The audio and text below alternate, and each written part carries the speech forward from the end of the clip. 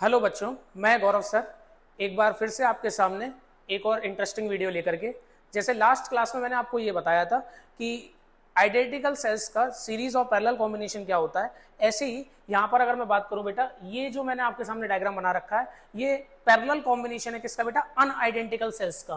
कैसे सेल्स है बेटा इसमें, अनआइडेंटिकल सेल्स। ठीक है, यानी कि हर सेल का ईएमएफ क्या है बेटा, हर सेल का ईएमएफ क्या है बेटा, अलग अलग E1 एंड E2। तो आपसे ये पूछता है कि इस कॉम्बिनेशन का इक्विवेलेंट ईएमएफ कितना है सर्किट के अंदर, ठीक है, या फिर इक्विवेलेंट रेजिस्टेंस कितना है। तो देखिए अगर मैं बात करूं बेटा, ये दो सेल्स हैं, यहाँ से करंट I1, यहाँ से करंट I2, और आगे मिलकर के ये करंट ज्वाइन हो जाएंगे, तो I1 और I2 किसके इक्वल है बेटा, I की। ठीक है, तो अगर ये दो सेल्स हैं जो कि पैरेलल कॉम्बिनेशन है, इसका रेजिस्टेंस R1 है, इसका रेजिस्टेंस R2 है, तो इन दोनों का बेटा कॉम्बिनेशन क्या आएगा, आपको पता है बेटा पैरेलल में कैसे ऐड करते हैं, R 1/R equivalent equal to 1/R1 plus 1/R2। तो यहां से जो R इक्विवेलेंट निकल करके आएगा वो कितना आएगा बेटा आपका, R1 R2/R1 प्लस R2। ठीक है, ये फॉर्मूला आपको याद रखना है इसके लिए बोर्ड पर्पज से। ठीक है, अगर मेरे को ये निकालना है कि इक्विवेलेंट ईएमएफ कितना होगा, तो मैंने आपको ये बताया बेटा ये जो टोटल करंट है ये किसकी इक्वल है, I1 और I2 के। तो यहां से मैं लिख सकता हूं कि total current I equal to I1 plus I2।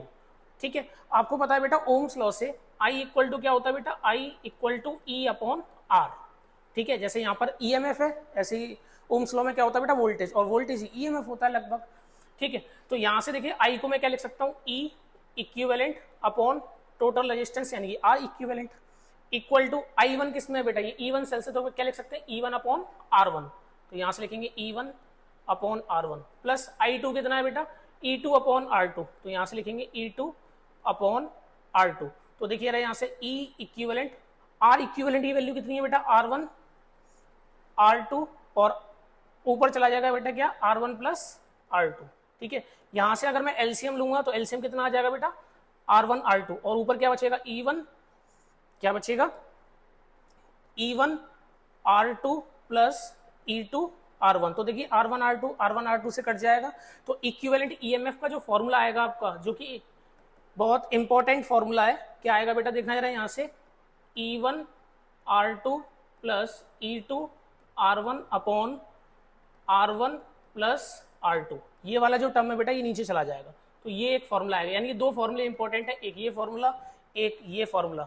ठीक है, और दोनों ही जो फॉर्मूले हैं बेटा इससे क्वेश्चंस भी आ रखे हैं, जो कि मैंने नेक्स्ट, ये आपके सामने एक क्वेश्चन है, ठीक है, इससे रिलेटेड, जो कि बोर्ड में आया हुआ क्वेश्चन है।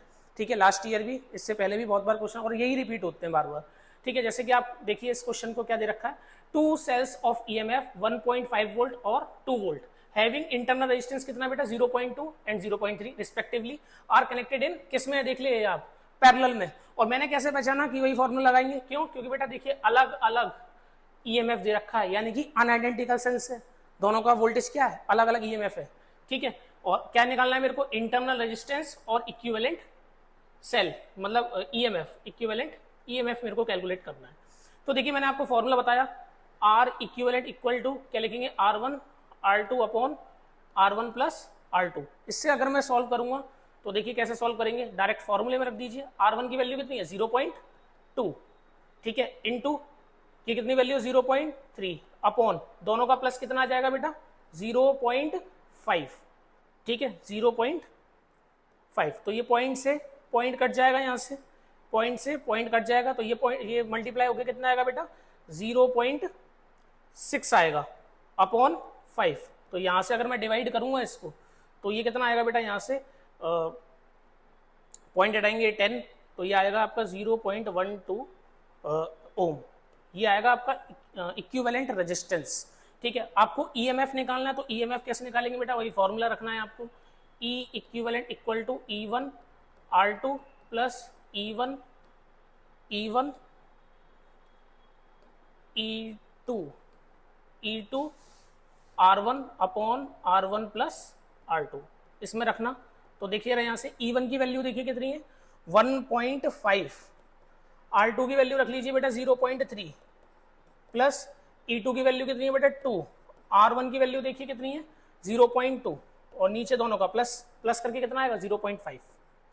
ठीक है, तो यहां से अगर आप इसको मल्टीप्लाई करेंगे, ठीक है, यहां से मल्टीप्लाई करिए इसको, ये कितना आएगा देखिए 1.5 इंटू 0.3, तो 15×3 = 45 और ये आएगा 0.45 प्लस इसका मल्टीप्लाई करिए तो ये कितना आएगा। हाँ, तो ये जो हमारा डाटा है, ठीक है, इसको मैं आगे सॉल्व करूँ तो देखना E इक्विवेलेंट इक्वल टू, देखिए ये मल्टीप्लाई करेंगे कितना आएगा 0.45 प्लस इसको मल्टीप्लाई करेंगे तो 0.4 आएगा अपॉन 0.5।